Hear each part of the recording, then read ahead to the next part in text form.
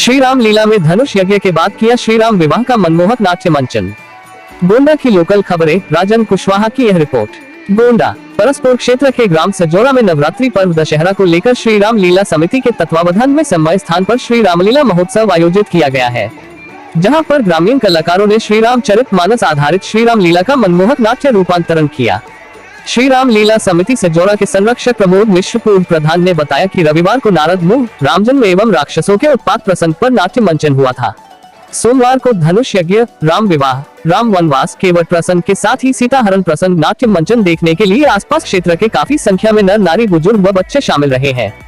मंगलवार को जटायु उद्धार, श्री राम सुग्रीव मित्रता, लंका दहन, अक्षय कुमार वध, लक्ष्मण शक्ति का प्रसंग एवं 5 अक्टूबर बुधवार को विजयदशमी दशहरा मेला में रावण, कुंभकर्ण, मेघनाथ के वध प्रसंग के साथ ही आतिशबाजी, पुतला दहन कार्यक्रम होगा। श्री राम लीला मंचन के दूसरे दिन सोमवार को जनक प्रतिज्ञा, धनुष यज्ञ, सीता स्वयंवर, परशुराम लक्ष्मण संवाद, राम जानकी विवाह और विदाई का मंचन हुआ। आदर्श रामलीला समिति सजोरा के कलाकारों ने धनुष भंग करने के दृश्य को प्रस्तुत कर दर्शकों से खूब तालियां बटोरी। लीला का मंचन जनक प्रतिज्ञा के दृश्य से शुरू होकर धनुष यज्ञ एवं श्री राम विवाह का चित्रण किया गया। शिव का धनुष जहाज समान है और राम का बल समुद्र समान है। धनुष टूटने से सारा समाज डूब गया, जो मोहवश इस जहाज पर चढ़े थे। शिव धनुष टूटते ही देवांगनाएं नृत्य करने लगी। लोग रंग बिरंगे फूल बरसा रहे थे, किन्नर रसीले गीत गा रहे थे, सभी हर्षित नजर आ रहे थे। सीता जी ने महल में रखे शिव जी के धनुष को एक पुष्प की भांति एक स्थान से दूसरे स्थान पर रख दिया, जिसको देखकर राजा जनक ने यह प्रतिज्ञा लिया कि जो कोई भी इस धनुष को तोड़ेगा, उसी से सीता का विवाह वह करेंगे।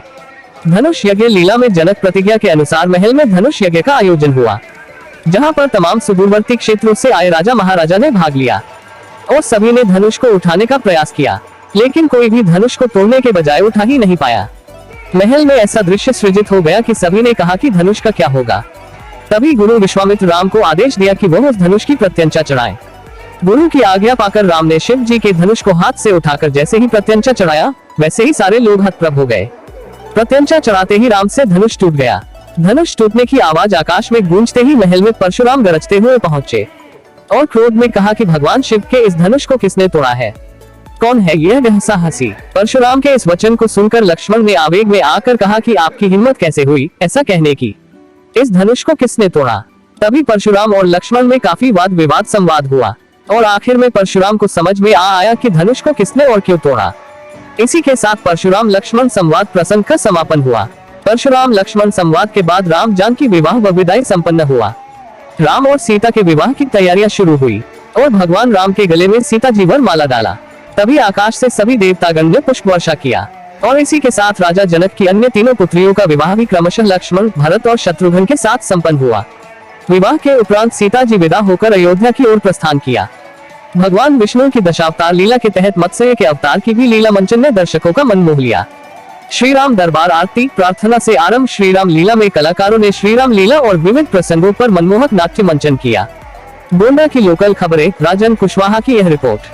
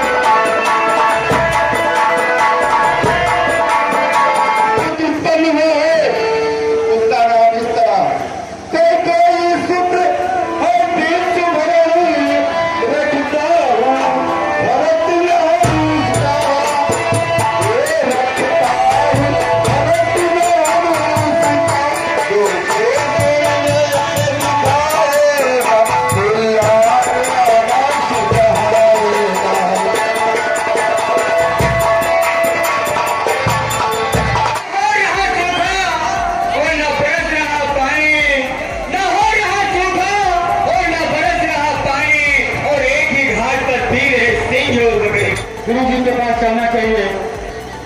जो है क्या महाराज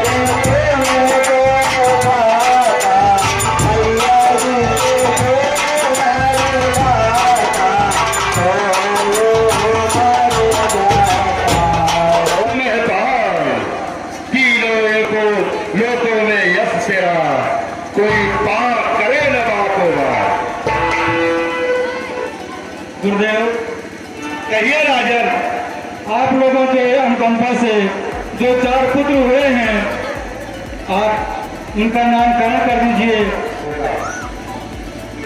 अपने चारों पुत्रों को बुलवाइए और